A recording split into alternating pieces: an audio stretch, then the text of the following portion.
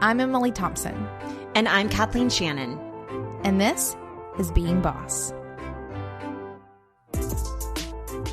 In this episode of Being Boss, join me as I fill your ears with some big boss wisdom from the wide range of creative business owners who joined me on the virtual stage of our Being Boss conference in April. You'll hear from Tara McMullin on why you still need to market your business, even when times are weird. From Witt Boyd on a very creative marketing idea. Vivian Kaye on the importance of displaying your passion in your business, and so many more. As always, you'll find all the tools, books, and links we reference on the show notes at www.beingboss.club. Our friends at FreshBooks know that managing a team has its own set of challenges, especially when you have your own job to do. That's why FreshBooks is designed to help growing teams. Just add team members, get them tracking time, logging expenses, and contributing to projects. Plus, FreshBooks lets you share files and messages right in the app to make working together efficient and seamless. Are you a boss with a growing team? Well, FreshBooks has you covered. They just introduced 5 user types. Each puts different limits on what your team can access in FreshBooks. They're easy to assign and gives your team members access to every tool and report, or limit them to specific features like time tracking and invoicing. For a limited time, FreshBooks is offering our listeners 50% off your first 3 months when you upgrade to a paid plan. Go to freshbooks.com/beingboss and enter Being Boss in the How Did You Hear About Us section. That's freshbooks.com/beingboss for 50% off your first 3 months. Every fall, we do a survey of our listeners to find out more about you. We ask you things like how you identify yourself. Do you call yourself a business owner or a creative or an entrepreneur? We ask you how much money you're making in your business and how many hours you spend working each week. And we ask you what you're struggling with. And year after year, we've seen so many things change. For so long, the majority of you identified yourselves as entrepreneurs. But this past year, the balance tipped and more of you called yourselves small business owners instead. And we've seen your revenue shift too, especially as our listenership has grown. Once upon a time, we had more full-time business owners here, most of which were making more than $50,000 a year. As our reach has expanded and we've brought more and more side hustlers into our fold, that number has actually dipped with more of you making $25,000 to $50,000. But at the same time, those of you who were making $50,000 a year 5 years ago are making up a good chunk of bosses who are making $100,000 a year and well beyond, with quite a few of you making over $1 million. This proves to us that the normal constraints of demographics for our boss crowd don't apply to us, which we love because let's break all the rules.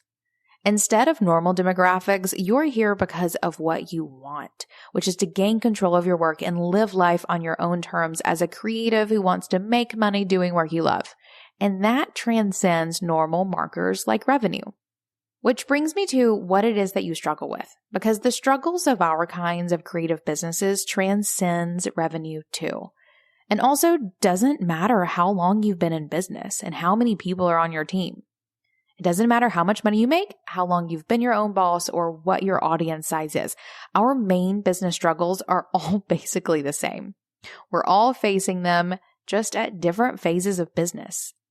Things like marketing yourself, pivoting your offerings, gaining more customers or clients, and keeping up with technology are struggles whether you're brand new or you've been here for over a decade. Why? Because business is a series of never-ending cycles. When you solve a problem one day and move on to the next, you better bet that that first problem will pop up again someday, over and over again, basically forever. I know this is true because I've been my own boss for almost 15 years at this point. Sure, the scenery definitely changes, but I'm still confronted with many of the same issues that I faced in year 2, year 5, year 10. It took me a long time to come to terms with that repetitiveness, and once I accepted it as just how business goes, the sooner I felt more ease in the flow of my entrepreneurial journey. And we know these cycles are true for you too. We see the proof of that in our surveys as we see bosses of all experience levels speaking on the same issues in their business, no matter how much revenue they're making. And year after year, your biggest struggles stay the exact same. As creative entrepreneurs and business owners, or whatever it is that you want to call yourselves, your biggest struggles are time management and marketing. Sure, there are others too, but those two are always the top ones. I guess the top two. So when it came time for me to choose the topic for the Being Boss conference, I decided to address what you've told me you need addressed: time management and marketing, from which I created the theme of Make Time to Shine. To dive into this topic, I hand-selected some of my favorite bosses, many of which I knew pretty well as I navigated my first conference, and some new friends that I hadn't yet had the pleasure to chat with, to create an event of highly curated content that would leave our attendees with a deeper understanding of how they can take control of their time and better market themselves and what it is that they offer. Our speakers, or boss experts as I like to call them, were brought in to take part in a series of conversations that would share their experience from many different viewpoints, lending to our attendees' ability to broaden their perspectives of how they can be better marketers and better managers of their own time. Today, I'm going to be sharing with you some highlights of this event because what went down in our 3 days together blew my mind. I will set the stage a bit and remind those of you who have been around at least since the beginning of the year that this event was supposed to be held in New Orleans, my very favorite city and the unofficial home of Being Boss, as we've hosted many events there for our bosses over the years. I knew that I wanted that to be the place where we held our first conference.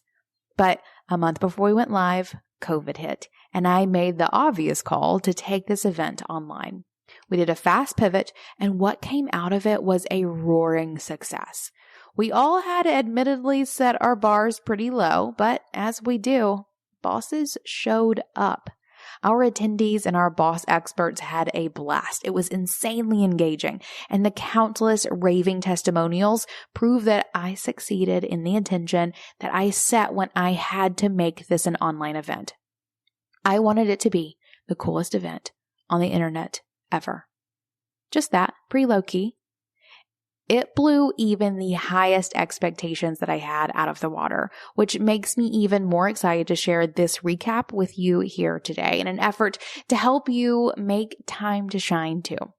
To get us started, I'll start where our 3 days began. We did actually begin our first day with a grounding meditation exercise by Amy Koretsky, who you can listen to way back in episode number 77. So before we dive into the meat of our real session, feel free to take a second to close your eyes to really get yourself in the mood for a lot of valuable content to be soaked into your brain. I'll give you a sec. All right, now let's begin. In this first session, we brought in Tara McMullin, host of What Works podcast and founder of the What Works Network, a longtime friend and 3-time Being Boss guest. She's joined us for episodes 21, 92, and 154. Tara joined us for a deeply impactful keynote called Meaningful Marketing in Strange Times. Because we live in very strange times, and sometimes even just the idea of marketing makes most of our skin crawl. And though Tara was speaking at this point directly about marketing in the time of COVID, this information holds true no matter what strange times you may find yourself in, or also literally any time, because creatives are notorious with feeling weird about marketing themselves. And as usual, Tara was here to drop some mics.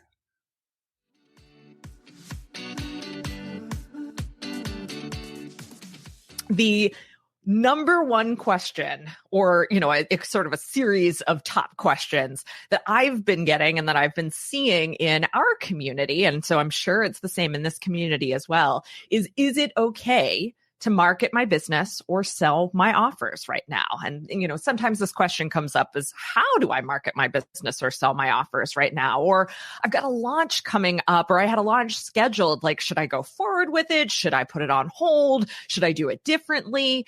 And then, other people with ongoing Facebook ads. What do I do with my Facebook ads? Should I keep running them? Should I change them? What do I do? So like I said, I don't have a single answer to this question. I really believe that no question in business, or maybe almost no question in business, has a singular answer. But I do have some ideas of what I'm doing to shift up my marketing and sales right now here in the Weirds. And I also have some ideas of how we can kind of reframe what we think of when we think of marketing and selling that won't just get us through this time and the after times, but I really think can guide our marketing and sales for the long term. And that, dare I say, should guide our marketing and sales for the long term. So that's what we're going to talk through today. I have 6 ideas for you. I'm going to go dive deep into each one of them. But before I get into that, I want to talk about how we perceive marketing and selling sort of as a whole. I have thought a lot over the last few weeks about how we've sort of rallied to support bricks and mortar businesses that are being hit so hard right now. And I've been thinking about the fact that bricks and mortar businesses never question whether they should be selling or not, right? Bricks and mortar businesses, pre-Hanks Wilson, they put their hours on their door. They unlock the door every single day. They welcome customers in. They sell their products. Those businesses are selling and marketing every single day. And yet, when we think about online business, whether you're running a service-based business or a digital products-based business, and even if you're selling physical goods online, a lot of us have gotten the message that we're supposed to do everything but marketing and selling most of the time. Right? How many social media posts do I need to send out before I put one out that says I have something for sale? How many emails do I need to send before it's okay for me to mention the product that I have for sale? How do I get in touch with someone who I think would be a great client, but without, selling or really marketing what I'm doing?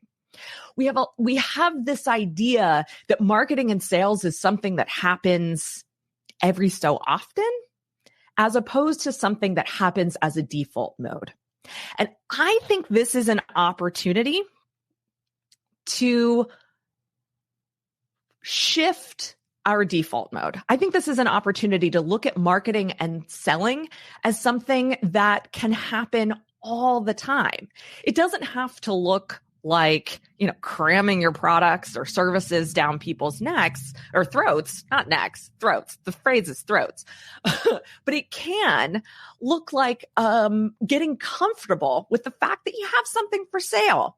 It can look like getting comfortable with the fact that people want to buy. It can look like getting comfortable talking about the fact that you do, in fact, have a business and not just a pretty Instagram account or a pretty Facebook page or a pretty Pinterest page. So a big part of what I'm going to talk about today is actually getting into a state of mind where marketing and selling is your default mode. Because, and this is directly related to what I just said, is I actually believe we should be selling more right now, not less. And what I mean by that is not that we should be selling more, but that we should be more direct. We should be more upfront. We should be more willing to talk about the fact that we have products or services for sale than we normally are. And here's why. In an up economy, in an economy that's chugging along, where people feel really comfortable, where people are excited about, going shopping or shopping online, it is possible to wait for people to come to you, right? And if you've started your business anywhere in the last, let's say, 8 to 9 years, you have started your business in an economy where people are from moderately to very excited about spending their money, where they feel moderately to very comfortable with the way the economy is. Not across the board, but many people. That's the kind of economy that you started your business in. And so a lot of the advice that's come down the line about marketing and selling has been from the perspective of that energized, up, comfortable type of economy. And so that's why we get this advice where, we got to be careful about how much we sell. We got to be careful about how much we talk about our products and services. The people will come to us. In a down economy, it doesn't mean that our businesses have to contract. It doesn't mean that we're going to take a hit. But what it does mean is that we need to connect our customers to our products more explicitly. We need to connect our potential clients to our services more directly. We need to be willing to go out and find the business as opposed to sort of sitting back and waiting for it to come. Now, you might feel like, well, Tara, I haven't been sitting back and waiting for it to come. I get out there and I hustle every day. I want you to take a look at the tactics, the strategies, the techniques that you've used over however long you've been in business. And I want you to take a look at those tactics from the point of view of, have you been putting yourself out there in terms of your products and services, saying, this is what I have to offer? Or have you just been putting yourself out there? Because that's what I see a lot, right? And I am speaking from the vantage point of watching hundreds of small business owners, thousands really, on a regular basis. And I see them putting themselves out there, right? I see them posting to social media. I see them sending emails. I see them doing coffee chats and connecting with people. But I see it as more of an exercise in just sort of general connection, general awareness. And there's nothing wrong with that. But I do believe at this point, we need to start shifting our perspective and get more direct, get more explicit about what we're doing. We need to be willing to say, I have a business and I have goods and products for sale. Here's what they are.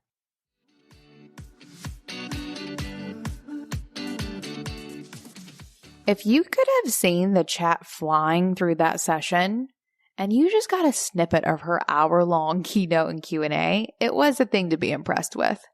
So many light bulb moments and some serious revelations were flashing in how we as business owners have a responsibility that affects the economy, and our willingness to show up even when things are weird is directly tied to the health of the economy. Obviously on a personal level, but on a global level too. Now, Tara did go on to sharing her 6 principles of sales and marketing in a crisis, along with more amazing insights. And if hearing the rest of that session or any of the other ones I'm sharing here is appealing to you, you can watch every session of the conference now in the Being Boss Clubhouse. I'll share more about that at the end, or you can find a link in the show notes. But for now, we're moving on. So if we're talking time management and marketing, and that was a marketing topic, then let's level it out with a focus on time. Our first panel of the event was called Creating Time, where I was joined by 3 of our boss experts, Becky Simpson, an artist and art director. She's joined us previously for episodes 78 and 162. Kelly Knight, owner of Modern Mystic, a retail shop in Atlanta, Georgia, who joined us for episode number 197. And a boss that I connected with almost a year ago that I was so excited to bring into the Being Boss universe, Erica Corday, a diversity, equity, and inclusion coach and entrepreneur. We started this session with asking everyone to assign a word to their definition of time, which is what I want to share with you here, because this is an important first step to managing your time. And I think you'll see just what I mean when you hear all of these answers from our boss experts as well as our attendees.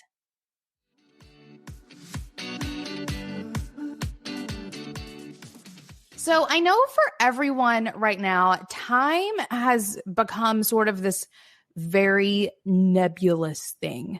But I do believe, I hardcore believe that creative business owners have had more experience breaking the molds of time to create careers and businesses on their own terms than anyone else out there right now.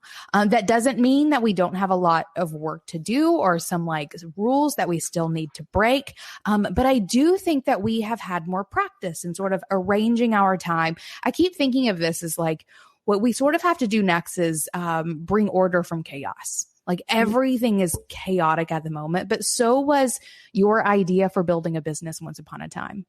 And what you had to do was start bringing order to this chaos. And that's kind of what we get to know, it is what we get to do now. Get to sort of put our lives and work back together. And I think about this oftentimes in the concept of time. So before I get going in my questions, I do want to ask everyone over in the chat, what is one word that you would use to describe your current relationship with time? And then I'll also pose that to our panelists. How do you guys, or what's one word that you would use to describe time? Becky, you're like chomping at the bit. What is it? No, well, I just, but you want to hear it now? Yeah. First of all, last talk, I was like all up in the chat, and now I'm like holding myself back in case it messes with the audio. And I'm like, there's so much I want to say. The topic from Gorman, it was a few years ago. Time, I guess the word that came to mind for me is choice, because I used to really I still am guilty of this, but it's more of a conscious thing now, is like, I'm so busy. But the reality is everything I do is a choice. And so I can get into this more later, but it's easy. Like, I do work full time and I have all these other projects. So it is easy, or in the past has been, to be like, well, these people who get to do this full time, they have so much time to do all these things I wish I could do. But the reality is I'm choosing to spend my time cooking dinner or hanging with my husband or working my full-time job. Like, these are all things I get to do and I'm choosing to do. So we don't have to be busy. We are making a choice to spend time where we spend it. Yeah. I love that choice. I haven't seen a lot of choice over here. I've seen a lot of inconsistent, shattered. Oh, Mary Beth blacked out. What have you been doing? Also, wait, can I rewind, especially after the last talk? I understand right now, and I don't have kids. COVID life, I don't mean that to sound tone deaf. There actually are not a lot of choices with the things right now. So I guess that's more of a generality. It is your word. It's my world. It's my world, acknowledging that things are crazy right now, and there are a lot of things that we didn't choose. So yeah, right. There's still some choice. Okay, I like it. Perfect. Thank you. Kelly, what about you? I was thinking of the word ample, which is a luxury. And I have really almost probably never felt that way before, but we're in a brick and mortar business scenario. And so since we're paused right now, it really does open up for me a lot of time, and then also sort of like psychic space. In our business, we're open 11 a.m. to 9 p.m. almost every day except for Sunday, 363 days a year. And so there's always someone working. There's always like an employee that has a need, or you have to have this sort of like heightened awareness that we're always operating.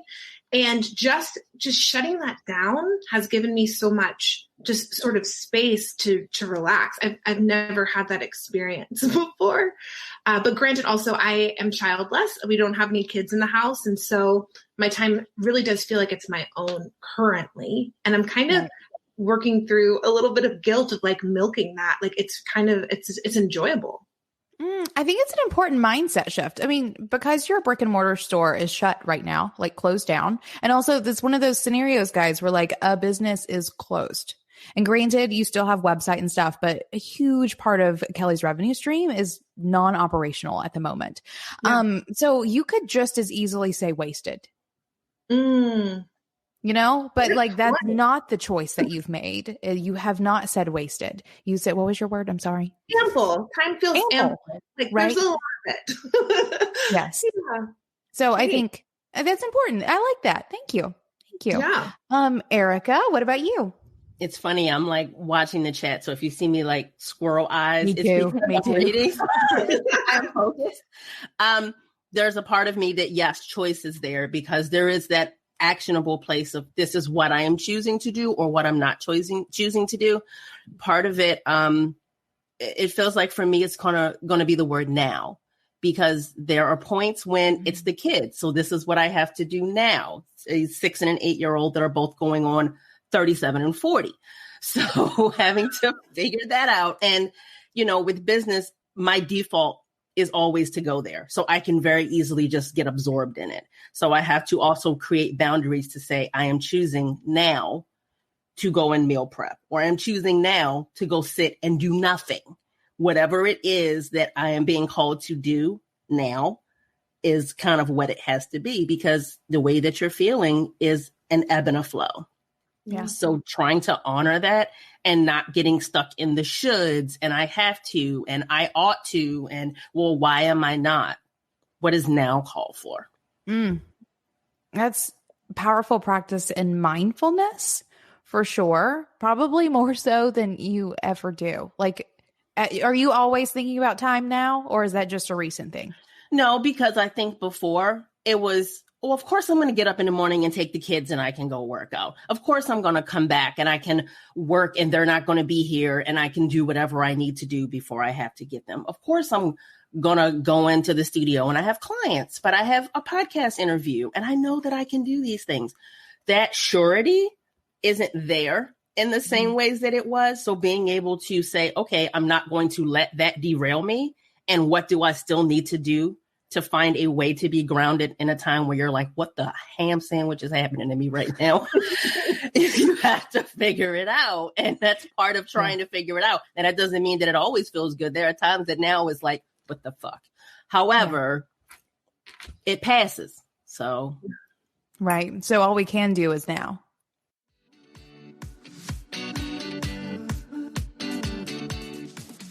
The most important lesson that you can learn when it comes to taking control of your time is to take control of your mindset around time.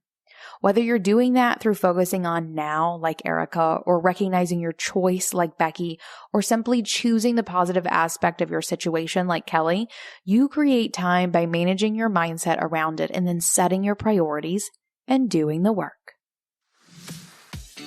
Speaking of time, I'm a big fan of not wasting it.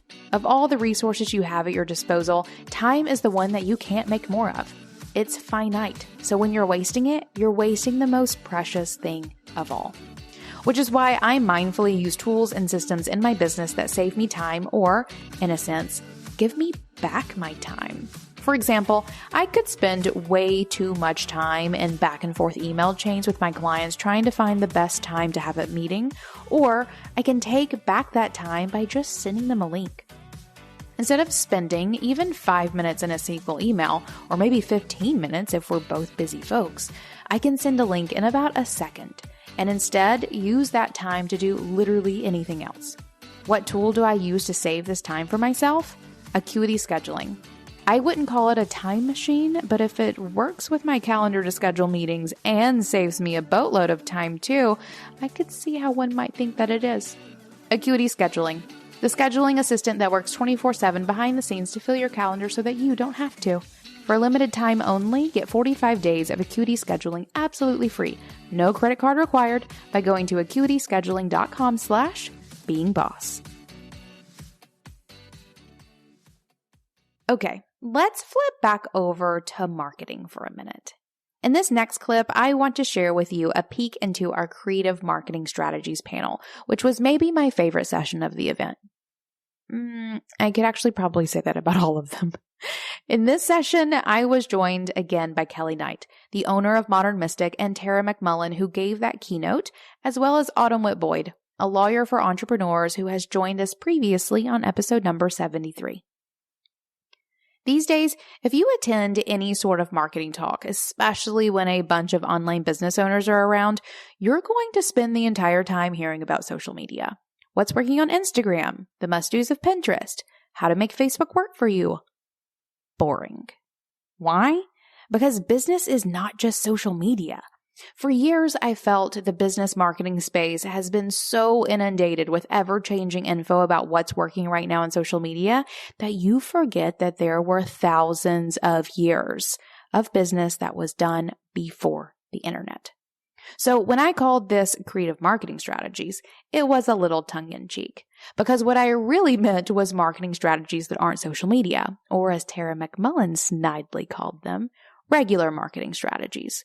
And I challenged the boss experts to share the tactics they use to market in their highly successful businesses that have absolutely nothing to do with social media. Feel free to insert a gasp here. So to get us in, one of our community members went straight in with the following question for our boss experts. Can you give us some real life examples of creative marketing that you've done off social media? In response, Autumn takes the lead.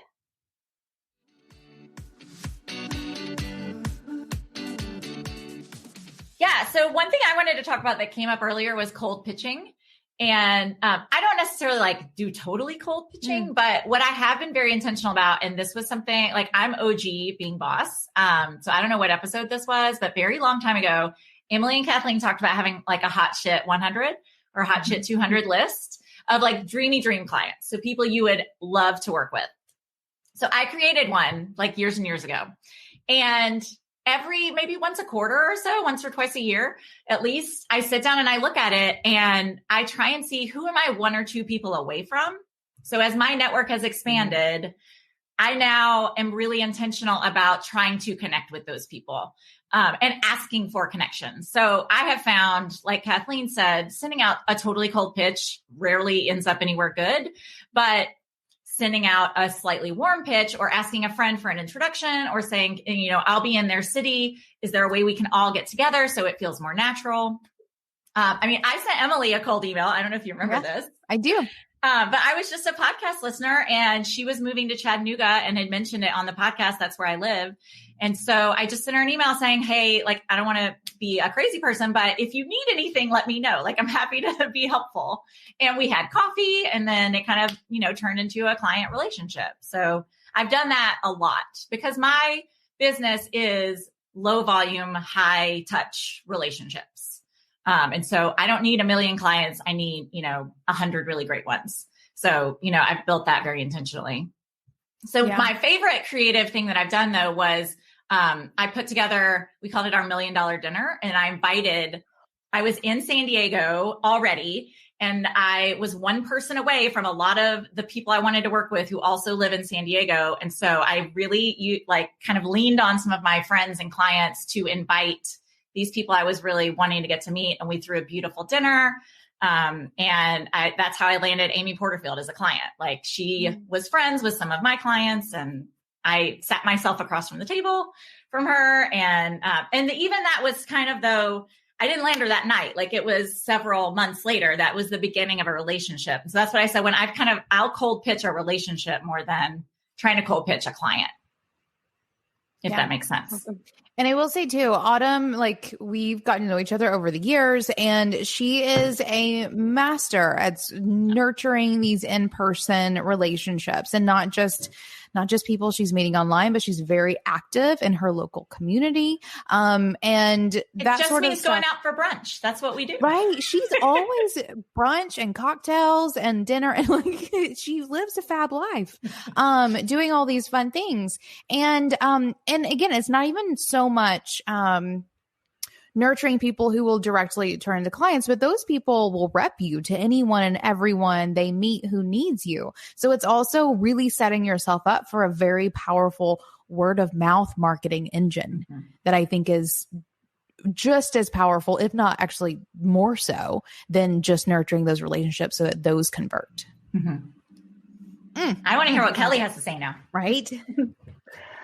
So we're a consumer-facing business, and a lot of our marketing is tied around building community and education, because sometimes the products that we sell, like a ritual kit or even crystals, people aren't really sure how to engage with them. So I think one of the most successful creative ideas that we've been implementing is our Sunday school classes. So every Sunday at 11 o'clock before the market opens, we open our doors, we bring in an expert on some sort of topic for a free class to our public.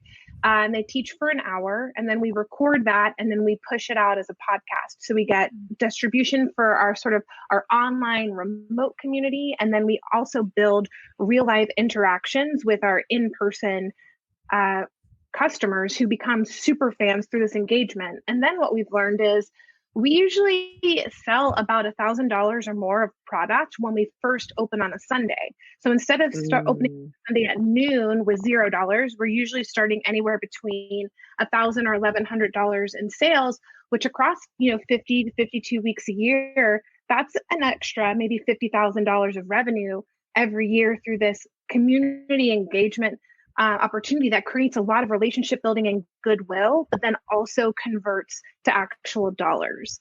So I would say that's probably one of the best ideas that we've had. And, I host the podcast, which is loosely like I record an introduction and then we go into the live class, but it feels like some of our customers that can't experience in person really feel like they are part of our community, and it feels hyper local and customized, and they're listening in on this sort of experience. So I think that's been a really great tool, or just one activation that we've done that we've done it for over a year, and it's really been working.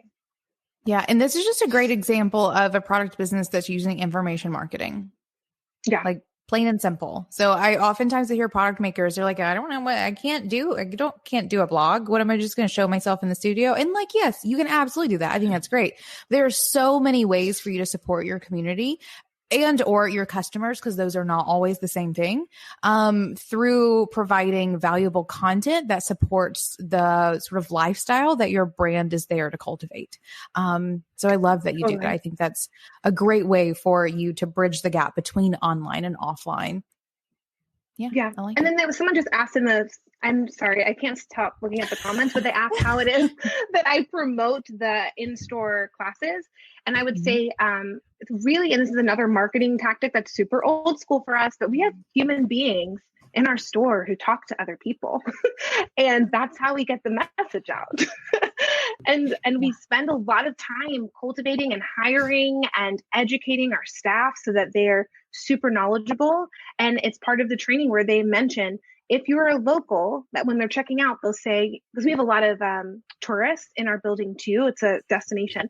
So it's part of the training at closing to ask them, are you local or are you visiting? And if they're local, then we tell them about the Sunday school class. And if they're visiting, we tell them about the podcast. And so either way, we're continuing the relationship with the customers. Yeah. Tara? Well, it's funny because Kathleen just posted marketing tactic, have a good product, service, or offering. And I was totally going to say, I have come up with all sorts of creative marketing strategies over the last decade. And most of them have been like, meh, which is hard for me to admit, but it's so true. But you know what works every time is when I develop some sort of new product, some sort of or even just like a campaign around something that even already exists, selling what I actually offer has always grown my audience. And I think it's something that we forget because, again, like this agenda of bro marketing is like, build your audience, build your audience, build your audience. And I am all for building audiences. And also the fastest way I've found to build an audience is to market a product and sell a product, because people understand immediately, oh, this is what she does. This is why I should follow her. This is what she has to offer, what they have to offer. Whereas when I'm just kind of talking obliquely about random things tangentially related to what I do or what I sell, while an individual thing can be a hit or like people can be into it, it just doesn't have that same legitimate urgency and that kind of acute, that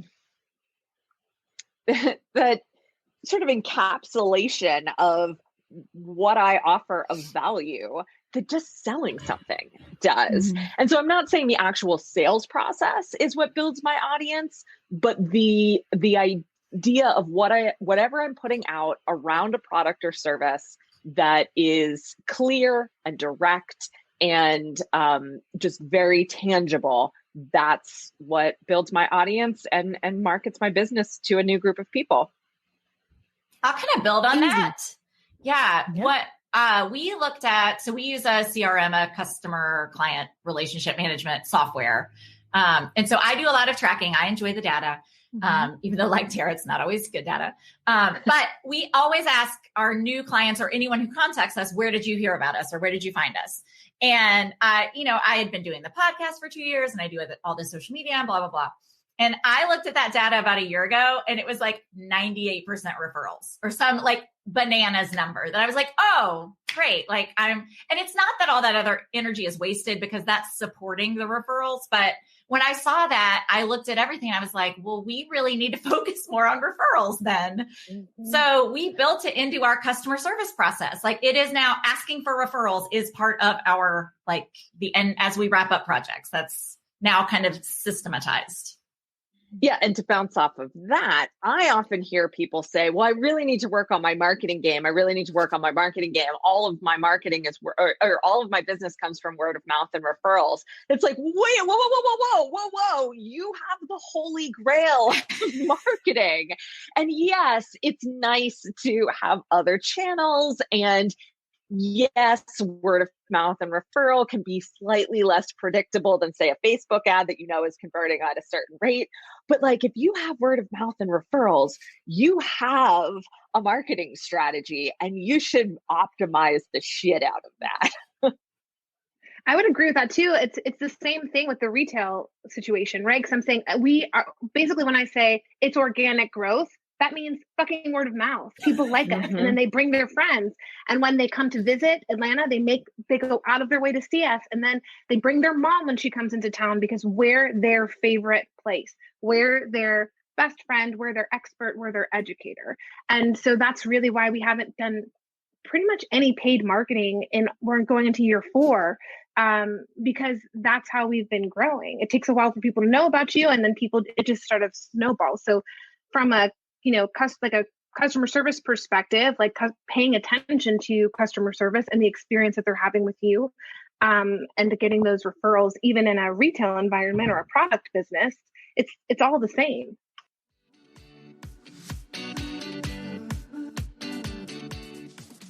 So the secret isn't about cracking the Instagram code or being great at Facebook. It's about delivering a product or service that people can't help talking about because it is so fantastic. As Tara McMullin called it, it's the holy grail of business.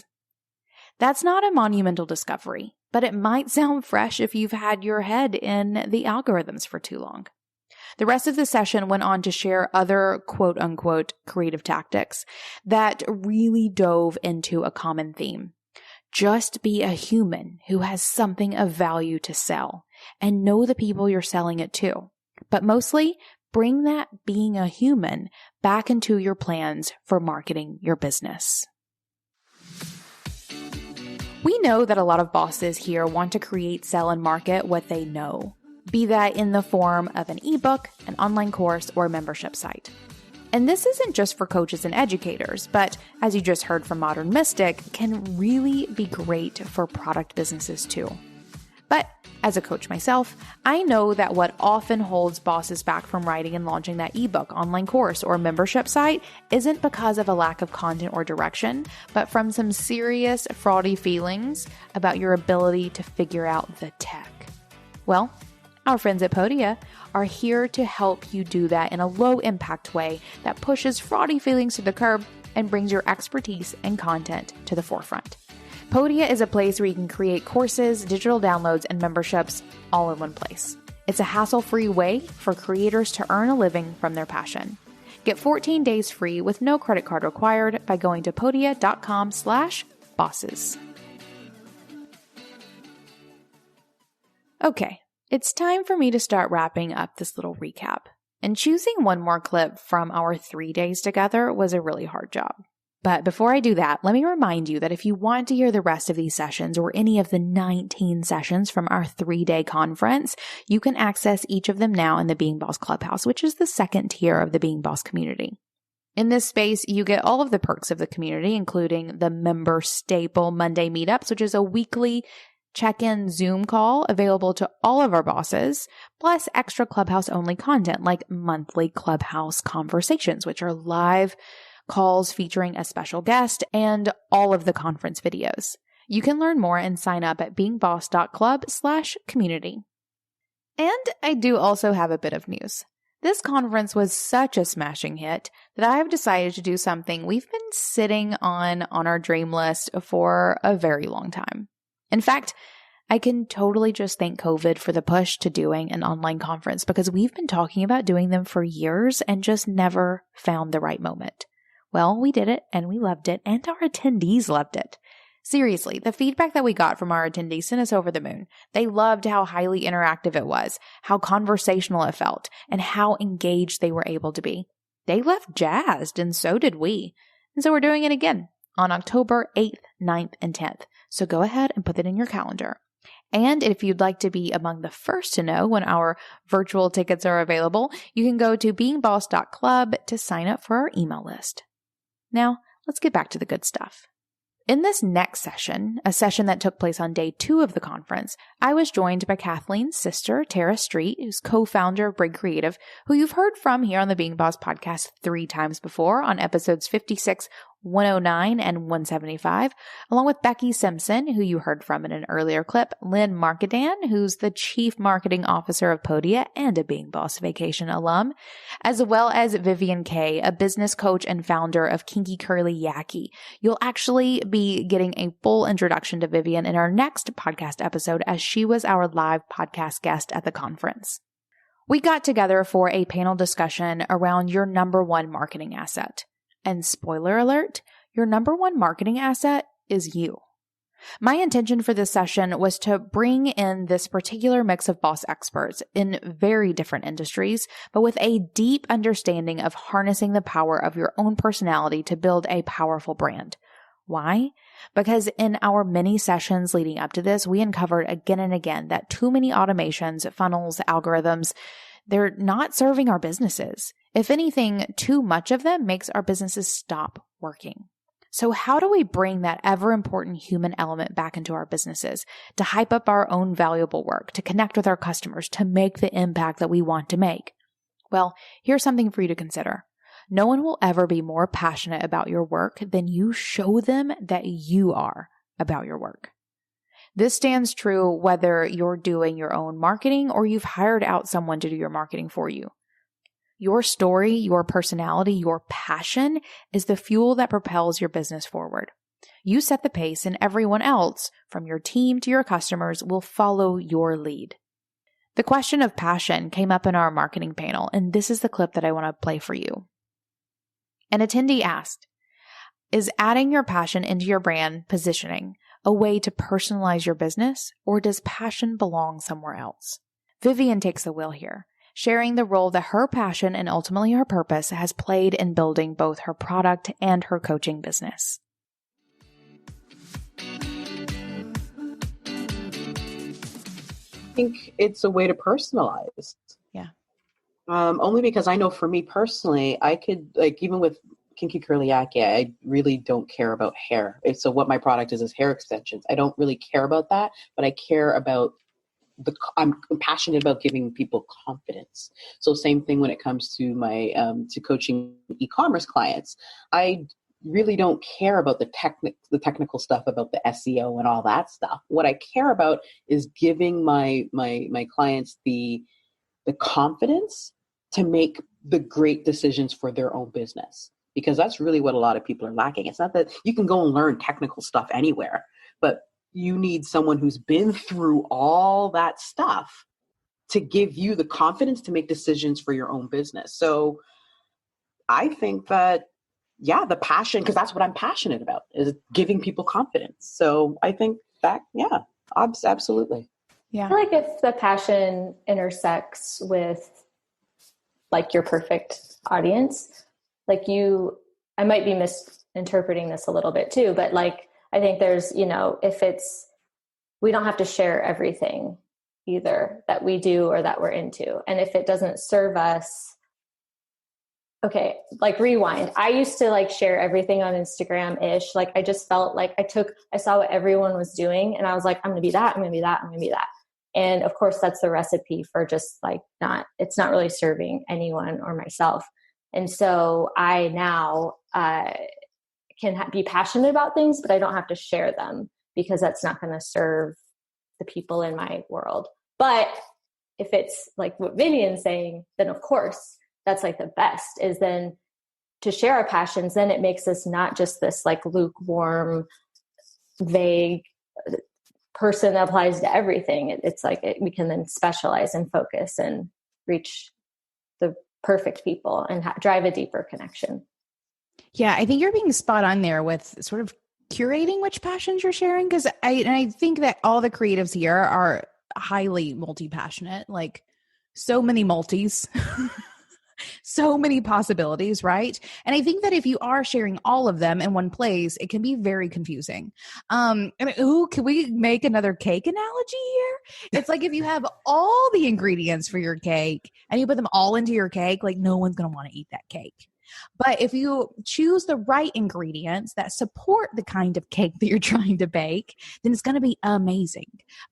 So yeah, I think that's a wonderful little additional tidbit on that for sure. Can I just jump in and also say, I think passion is different for different people. So if passion is showing up in your personal brand, then we all start to think that I'm supposed to be so inspiring and purpose-filled and encouraging, and like that's showing passion because you hear that word and you think that's what other people's passions are. But for some people, your passion is being logical and even-keeled, and you're not Captain Kirk, you're Spock, and your passion's showing up with a little eyebrow, right? You're not even a cake. You're like you're savory. I don't know. You're a pork chop. You're a little rosemary on some pork chop, right? And so I just want to acknowledge people out there who not everyone's personal brand, even with their passions showing up and wearing their passion on their sleeve, is that, you know, maybe you're not super woo-woo. Maybe you're not super intuitive. Maybe you're not kind of more of those really inspiring things. You're more even-keeled and reassuring, or maybe you're funny, you know? So there's just different ways that people show up in their personal brand.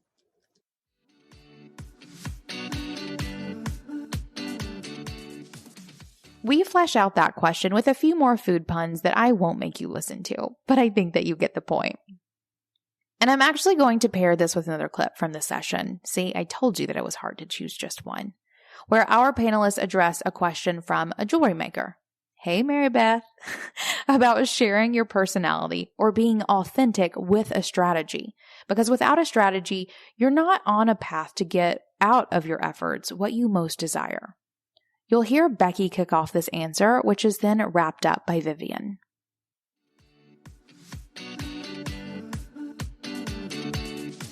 To me, strategy is more about being mindful than having like a full-on strategy. It's like Len was saying, like serving them in a way that's relevant. I also feel like in general, a way to be authentic, like we want to be authentic. We want to be our the most us, but we're a fish in water. So we're like, who am I? I feel like just being kind of paying attention to things like, how do you text your friends? Like, are you someone who uses exclamation marks all the time in real life to your friends? Then that's how you can like type your captions. But I kind of a little drier humor, or, you know, it's like, I try to do this, is talk to, say, my followers like I'm texting a friend. Talk the way I would talk, and use the themes and the conversation and all that stuff that I would use. So that's like one like little snippet of a way to look at that corner of it. This actually reminds me of I've been watching some Netflix with the kid. We're watching Heroes, which is very exciting. You guys remember that one from like mid 2000s? Anyway, there's a commercial I'm seeing over and over again. It's Rachel Ray's new dog food called Nutrish. I can almost basically just recite the whole thing for you. But like opening up, she's like, "Hi friends." And she's just like jolly little Rachel Ray. And she's like, "I love good eaters." Anyway, it's Rachel Ray shows up talking about dog food, and you're ready to buy it because she's just talking to you like, you know, you're just there having dog food dinner with her or whatever. sometimes I like to look at sort of very personal brands like that and see how they're showing up for something as big and official as like a national ad campaign. Because usually we can pare that down to how it is that we're doing it. And it's the same thing. If you use lots of exclamation, we know Rachel Ray is probably texting with so many exclamation points. And when she's showing up for these ads, like she's all exclamation points. I think it can be super similar to how it is that those people are showing it. We can look both ways, both look at how you're talking to your friends, but also sort of look at how those bigger people are also bringing their personalities into their brand as well, because they're doing it. You just have to pay attention. Vivian, do you have any thoughts on personal brand for product people specifically? I think it's all about the story, especially if you're a jewelry maker. There's got to be a story as to why you started making jewelry.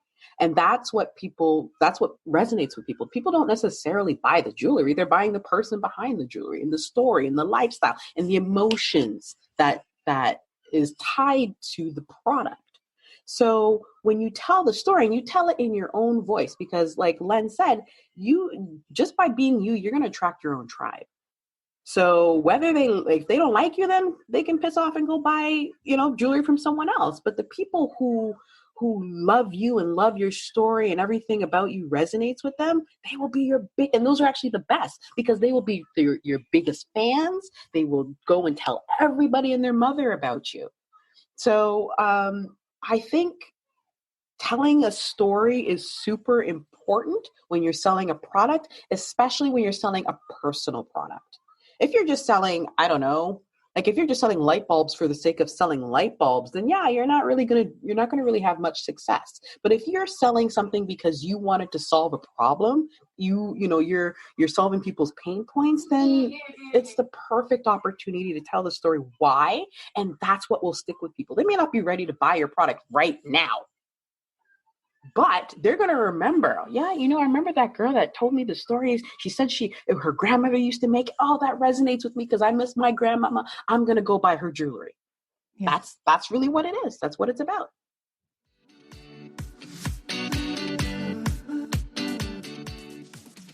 In order to connect with your customers, you have to show them who you are. If I may say so, you have to allow yourself to shine. Yeah. I taste that cheese. And with that, it's time for me to officially wrap this up. But first, I need to share some gratitude to all of our bosses who shared these 3 days with us, from your kitchen tables, your couches, your beds, from all over the world. Thank you for navigating the switch to an online conference with me. I know it wasn't New Orleans, but I think we can all agree this was a blast. Thank you for coming and hanging out with me, for showing up for the kind of engagement and connection I never thought was possible in a virtual setting. Even though I knew you wouldn't disappoint, you still managed to blow me and all the boss experts away with your presence. And your follow-through has continued to impress me. From Kundalini yoga challenges to follow-up book clubs, I'm so glad to know that even remotely, this conference was just the beginning of so many relationships and so much development of your business and your lives. And to all of the boss experts and to my team, thank you for showing up ready to deliver. And deliver you did. We made something seriously awesome together. And to leave you listeners with a little something, I want to share a couple of key takeaways from days of chats with some of the most boss people I know and an entire community of creative business owners. First, focus on creating something of real value, more than figuring out any kind of tactic. Next, once you've got that amazing offering, don't be afraid to sell yourself. Ever. Also, our work has far-reaching impact. And when the world has thrown a wrench in everything, get back to the basics. And finally, don't let the trappings of online business jade you. Just be human. Thanks for listening. And hey, if you want more resources, we're talking worksheets, free trainings, in-person meetups, vacations, and more. Go to our website at www.beingboss.club. Do the work, be boss.